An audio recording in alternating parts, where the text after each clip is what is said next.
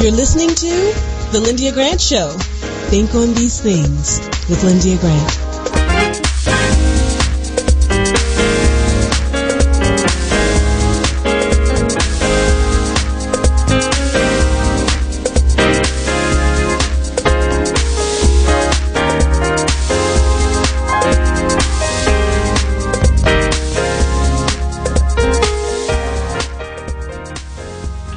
Well, good evening, Radio 1 listeners. Thank you for listening to the Lyndia Grant Show here on Radio 1, Washington, Spirit 1340 WYCB. We are the oldest gospel station in America, founded 40 years ago by the one and only Kathy Hughes. Today is Friday, June 3rd, 2022, and I am so delighted to let you know that today I am celebrating 12 years as being a radio show host here on Spirit 1340. I came on the air June 8th, 12 years ago, and I just want you to know that every week this month will be a special show. My anniversary kickoff couldn't be any better. This week, kicking off featuring attorney Ivan Bates from Baltimore, Maryland, and Baltimore Chief Judge, recently retired, Honorable Wanda, talking about how Attorney Bates brought down the crooked cops ring in Baltimore City. So I want you all to meet Attorney Ivan Bates. Dr. Julian Melville, by the way, is traveling. So Attorney Bates and Judge Hurd, we have the whole show. So Attorney Bates, how are you today, and welcome to the show. Hello. Thank you so much for having me. Congratulations on your anniversary. I'm delighted. And I haven't even had a chance to tell them how this whole thing is featured on HBO. Let me just hear from Judge Hurd so people will know that she's here. How are you today, Judge Wanda Hurd, my friend? I am wonderful. Lyndia, as always, a pleasure to be on your show. And again, congratulations, 12-year anniversary. My. That is a long time. That is a long time. And this month is going to be a wonderful month for you. Well, I thank you for hooking me up with this special show today. I don't care. I'm telling all the listeners now. This show was set up by Judge Wanda Hurd, the Honorable. Thank you so much for that. You're certainly welcome. All right, so let's just get right into the show because we have a lot to tell you about. Since Dr. Julian is off today, we're going to go ahead and get started. First, I want to tell you a little bit more about Ivan Bates. He is an attorney at law and is devoted to service, justice, and the preservation of rights for all people. Ivan, a United States Army veteran and a graduate of the French Commando School, served his country in foreign and domestic assignments while he was assigned to the 32nd Air Defense Artillery Command in Europe. He is a Howard University School of Communications honor graduate. Ivan has received many prestigious awards and honors. He earned his Juris Doctorate at College of William and Mary School of Law. He was selected to serve as law clerk for the Honorable David B. Mitchell in Baltimore, Maryland. He became assistant state attorney in the Baltimore City State Attorney's Office. Today, he owns his own law firm, and it is called Bates. I didn't run the right copy. What is the last name of the company? Bates and Garcia. Yes, Bates and Garcia. I picked up the copy that I did not have it on. I'm so sorry for that. Oh, it's okay. I put it in. All right. So, and now let me tell you a little bit about Judge Wanda Hurd. Both of their resumes were very long. All I did was pick just a little bit. Judge Wanda Keys Hurd was born in Long Branch, New Jersey, but she grew up in Staten Island, New York. She obtained her undergraduate degree in political science from the University of Maryland, Baltimore County in 1979. She graduated from the University of Maryland School of Law in 1982. She served the citizens of Baltimore City as a judge since 1999. Recently retired from her role as the first female chief judge in the history of the 8th Judiciary District. I am so pleased to have her here today, and I think she's the first Black to ever serve in that position. Is that right? How are you today, Judge Hurd? I'm good, Lyndia. I know I'm not the first Black. Actually, I believe it was Judge Clifton Gordy was the first African-American to serve as chief judge. But I was honored to be the first woman to hold that position. And I'm happy to be on your show, as I've already said. Thank you. I just wanted to make sure I didn't have that part wrong. Thank you. I don't mind being corrected, y'all. All right, so let's just get started. First of all, I watch the shows on HBO and I listen to the audio book. But I'm going to just go ahead and start off with question number one because I want you all to hear it straight from the horse's mouth. Attorney Bates, tell our listeners about the type of legal practice you have currently and a little bit more about your background other than what I just talked about.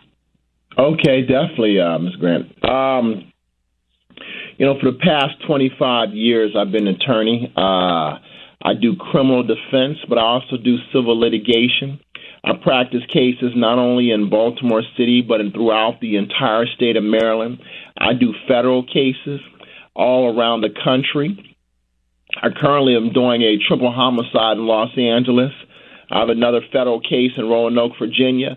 So I have the type of practice that takes me everywhere. I see a lot. I built a law firm from nothing, and now we're one of the top criminal defense firms in the state of Maryland.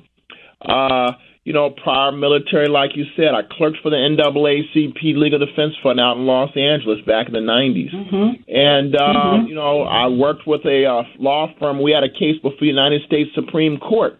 So I was part of that legal team that argued a case before the U.S. Supreme Court. And from 2006 until now, I've built my own firm, just representing a lot of citizens and underrepresented victims in Baltimore City.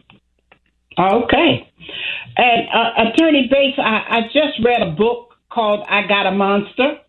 And there, I told the listeners about this HBO series, We Own This City. It just ended this week. And so what perfect timing for me. I sent out a press release about it to the media. Tell us about your role in bringing these corrupt police of the Gun Trace Task Force to justice, and tell us who they were. Yes. So in Baltimore, they had an organization, a group of officers called the Gun Trace Task Force. They were a group of about 5 officers, and they were led by an officer named Wayne Jenkins. And this group, their primary purpose was to go out and find handguns and make arrests for handguns. And if they found drugs, they would make drug arrests as well. Most officers are confined to one specific district in Baltimore City, and there are 9 districts. These officers had the ability to go wherever they wanted throughout the entire city. And so basically, I was representing a number of clients, and they were constantly telling me the same story, that the leader of the organization, Wayne Jenkins, that he was robbing them, whether their money, and sometimes they would not have anything on them, but he would take their money, that he would, that sometimes he just took their drugs, and that he still would arrest them, they would beat them up, and do a number of things to them. And so I began to see a pattern. I began to question that officer. I began to understand the best way to hold the officers accountable, meaning Wayne Jenkins and this Gun Trace Task Force. And then it got to the point where I took that information I was beginning to put together about the officers in the various cases. I went to the state's attorney's office in Baltimore City, and they didn't really care about that information. The prosecutors there, the state's attorneys, they let me know that they were more focused on statistics than actually what was going on in terms of the actual cases and the constitutional violations.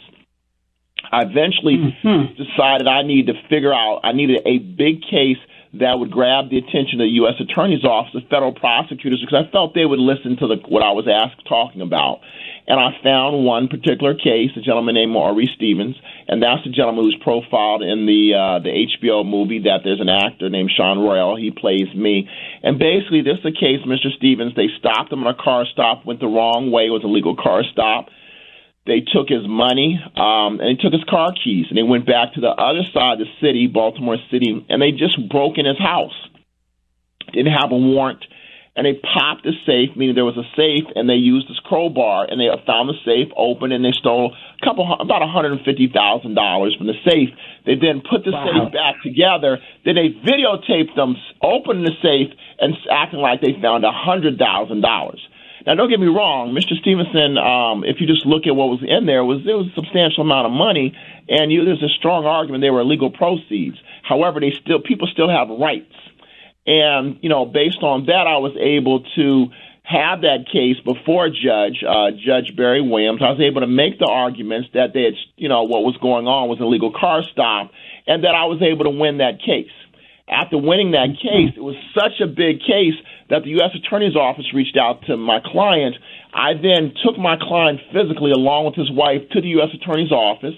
They went before the grand jury, and they gave the information about what was stolen to them. But I'd had about 33 cases with Wayne Jenkins. I picked out the best 10, and I took 7 separate clients to the U.S. Attorney's Office before the grand jury. That meant they put them in front of a group, they asked them questions, and based on those questions, they used that information to charge these officers, of which Wayne Jenkins, the leader of the organization, is doing a 25-year prison term in federal prison. As a defense attorney, that's not my job, but I was so sickened about what I was seeing that Wayne Jenkins and these officers were violating people's rights, especially black and brown people in the city, that they were planning drugs, planning guns, stealing, doing whatever they wanted to, that if the state's attorney wasn't going to listen, that I need to find somebody who would listen and hold these officers accountable.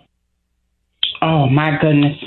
Listen, I want to keep going because I want to get all these details out, but we have to go to a commercial break. And when we come back, we're going to talk to Judge Hurd. She was presiding at Baltimore Circuit Court while the GTTF were operating in Baltimore City. So we're going to go to a commercial break, and when we come back, we're going to talk to Judge Hurd. Back in a moment.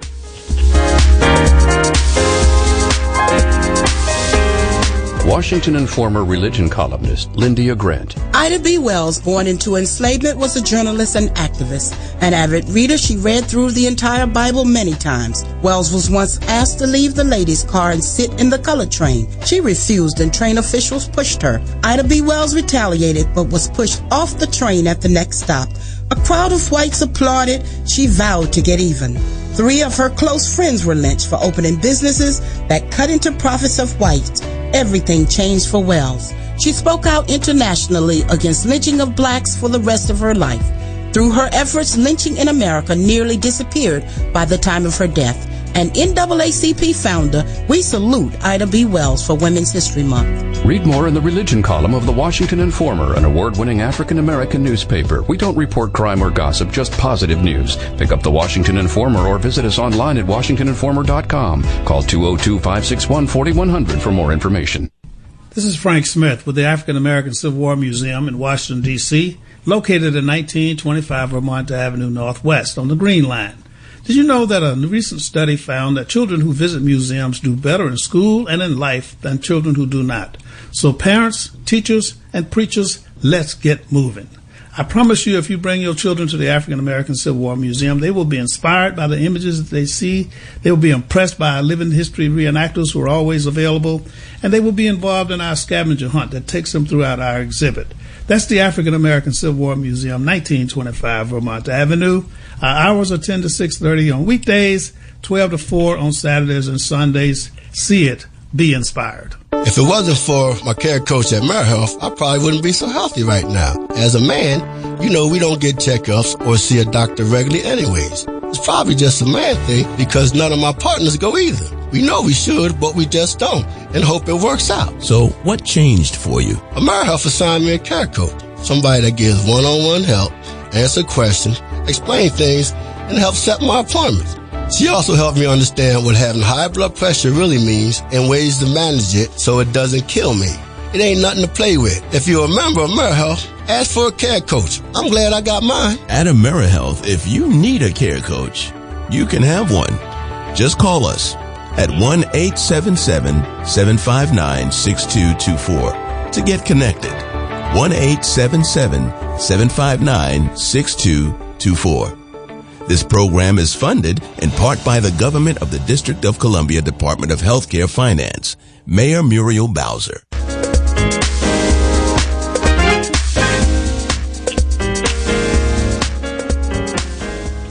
All right, we are back. You're listening to the Lyndia Grant Show. We're celebrating our 12th radio show anniversary, being on Radio 1, Washington Spirit 1340, the oldest gospel station in the nation. Talking today to attorney Ivan Bates, who brought down crooked cops in Baltimore, Maryland, and the Honorable Chief Judge Wanda Hurd. If you missed it, we're going to put a copy of this out. But if not, let's keep going. Judge Hurd, you were presiding in Baltimore as a judge at Baltimore Circuit Court while the Gun Trace Task Force was operating in Baltimore City. Did you see any effects on the cases in court and on the citizens of Baltimore? I did. And, you know, what was interesting, what first got my attention, I primarily sat in criminal and civil cases. But one of the things that I was popular that they would see me sitting in what we call motions hearings. Fourth Amendment motions are heard before a trial. It's where the defense believes that evidence may have been obtained illegally, and they request a hearing to determine whether or not their client's Fourth Amendment rights against illegal searches and seizures has been violated. And it was not uncommon that the scheduling judge would send me a number of cases to deal with the Fourth Amendment motions to suppress. And that's all I would get at that time. The witnesses would come in and they would testify about how a weapon had been recovered or how drugs had been recovered. And remember, we knew the evidence was there. In other words, they got something. They got a weapon or they got a bunch of drugs. But for Fourth Amendment motions hearings, it's not what they got. It's how they got the item. Did they violate the Fourth Amendment? And if so, then the motion would be granted and the evidence would be suppressed and the state's attorney couldn't use it. Or did they take the item illegally? Did they violate their Fourth Amendment rights? Should they have gotten a warrant? And so I would see cases come in, and there were times when there were weapons and guns recovered, and I would suppress the item. And I noticed, as Mr. Bates talked about, that there was a pattern. Occasionally witnesses would testify, and I was concerned about their veracity. And more importantly, I found when I got ready to select juries, a lot of the jurors, when asked, can you listen to the testimony of a police officer and be fair and impartial? Or do you have a bias against police solely because they're police officers? In other words, are you not going to believe them because they're police? And there would be an inordinate a number of people who would stand up. It didn't matter if they were black, they were white, they were young, they were old, and their answers were the same. I don't believe the police. I don't trust the police. I saw that increase in the years prior to Freddie Gray. And then during the time of the operation of the Gun Trace Task Force. So, yes, I did see it. Oh, my goodness, that is something. Attorney Bates, whenever we listen to the news from Baltimore, we hear about failed prosecutions, gun violence, and mistrust of police, which is what Judge Hurd was just talking. What is going on there? Do you all have a solution? Well, yeah, I think the problem is that there has definitely been a breakdown in terms of the trust with the police, the community, the state's attorney's office. Right now, unfortunately, our prosecutor is at war with the police department, and the police department seems to be at war with the prosecutor. So people don't feel safe in the city. You have a criminal element that's now decided that they can do whatever they want to do, and a police force and remember, the gun trace task force. One of the reasons Wayne Jenkins and those officers were able to do what they were able to do is because during the standoff between the state's attorney's office and the police department, these officers took advantage. It would just go get any gun off the street and give it back to the administrators, the administration, the chief, and the commanders of the Baltimore Police Department. And they were acting like they were doing their job, so they took advantage of a bad situation. Unfortunately, the system is just broken in Baltimore, and it just needs to be a major change in new leadership across the board. All right. Okay. Now, we only have about 4 more minutes, Judge Hurd, so we got to keep a couple of answers short so I can do my close. What do you think, Judge Wanda Hurd, is needed to affect justice in the criminal court system and improve the quality of life in Baltimore City? We need a leader. We need someone like Mr. Bates, who is an experienced prosecutor, who knows both how to prosecute as well as defend cases. We need someone who not only knows the job of state's attorney, but is a builder of bridges. As he's already stated, he is very much a believer that there can be good policing in Baltimore City. He knows what bad policing looks like, and that's what he turned in, and that's what he brought down. So the community can trust him because he's made it very clear, whether he's a defense attorney or a prosecutor, he's going to be about justice. And until you get a builder of bridges in that position, until you get someone who can talk to the community, that can get the trust of the community. He hasn't said so, but Mr. Bates is a Christian man. He is a God-fearing man. I know he goes to church. I've been to church with him. And sometimes you need to call upon someone who's more powerful than yourself to get the job done. So anytime you have that kind of thing on your side, then that's a way to get the problem solved. I'm going to go to the conclusion and give Attorney Bates the chance to close out by telling us, let's just say, for hypothetical, that you were in charge of the criminal justice city in the city of Baltimore. What would you change? And do it in a couple of minutes, and then we can close. All right, well, first I just want to say hello to my church family, New Metropolitan Baptist Church Pastor Richard Dickens. But the thing that I would change if I was in charge, I'm state's attorney in Baltimore City, I'm working collaboratively with the police. I'm letting the citizens know that we have their back, that we're going to do it the proper way, the correct way, and I'm going in the courtroom and I'm fighting. The same way I held those officers accountable, bad officers will be held accountable, but I'll also make sure citizens who are doing bad things and hurting our older adults and our children, we're going to make sure the older adults and our families and children have our city and that we can enjoy our city. And that's working collaboratively with everybody involved in the process. All right. Judge Hurd, tell us in 20 seconds how people can see the show on, what is it, HBO Command, or tell them how they can hear about this. Well, right now, they can go on their audiobook if they're a member of Prime Amazon, and they can look up I Got a Monster. It's a book they can purchase, and it's also a book that they can listen to through the audio method. You just plug it in and listen to the book. It's excellent. If you've got HBO, I'm sure they're going to be running reruns of We Own This City, and you can listen to that. And if you want to know more about Mr. Bates, you can certainly go to his webpage. And I believe it's Ivan Bates. What is it, Ivan? I don't remember. www.bates4baltimore.com. Bates4baltimore.com, or follow me on Twitter, Ivan J. Bates, Instagram, Ivan J. Bates. All right. There you go. It's been an honor to be with you today and your listeners.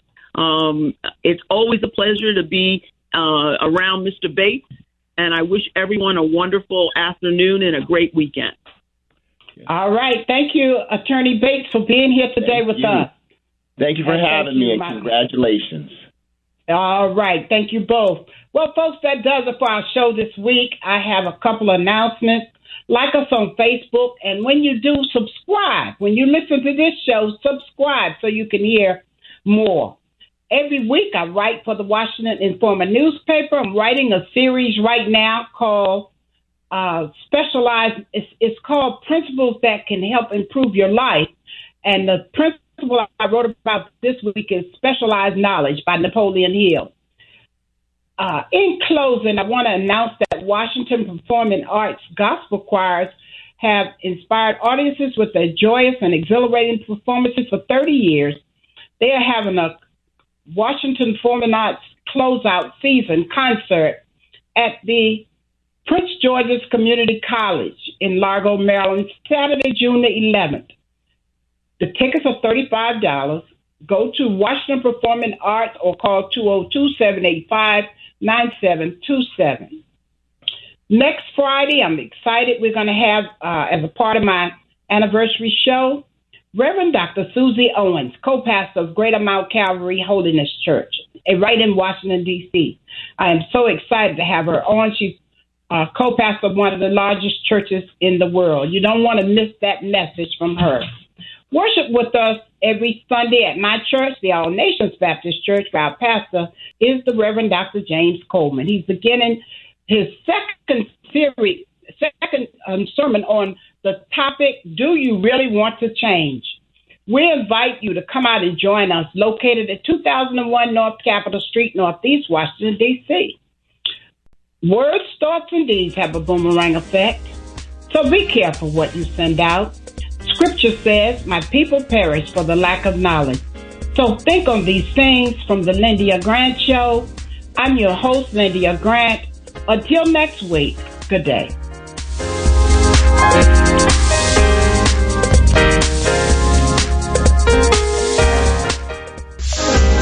Thank you for listening to the Lyndia Grant Show. Think on these things with your host, Lyndia Grant.